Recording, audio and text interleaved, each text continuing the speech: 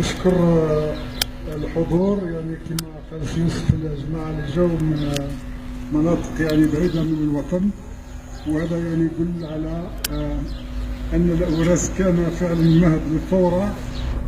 لأن لو نشوفوا التاريخ نعرف أن بداية نوفمبر كان الوطنيون يعني من العاصمة ومن الغرب الجزائري ومن أقصى الجنوب ومن الشمال جاءوا إلى أوراس واستشهدوا هنا.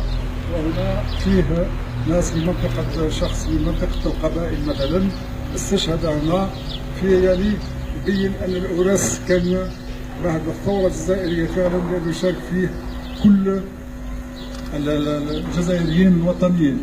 وحضور يعني جماعة اللي جاوا من بعيد يعني شرف ووفاء للناس اللي استشهدوا هنا في الأوراس وعلى الجزائر.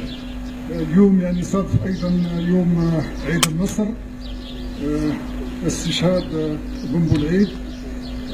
النصر احنا نتمتع به الآن مهما كانت الظروف ومهما كانت المشاكل التي يعيشوها ربما الشباب، ولكن مقارنة بما عشناه نحن وما عاش أجدادنا يعني كان شيء لا يمكن أن نصوره، يعني لما نقارن وضعية الجزائريين هذه بالوضعية منذ 50 سنة أو منذ أكثر. إذا مهما يكون فإن عيد النصر يعني بفضل هذا الرجال اللي استشهدوا على الوطن.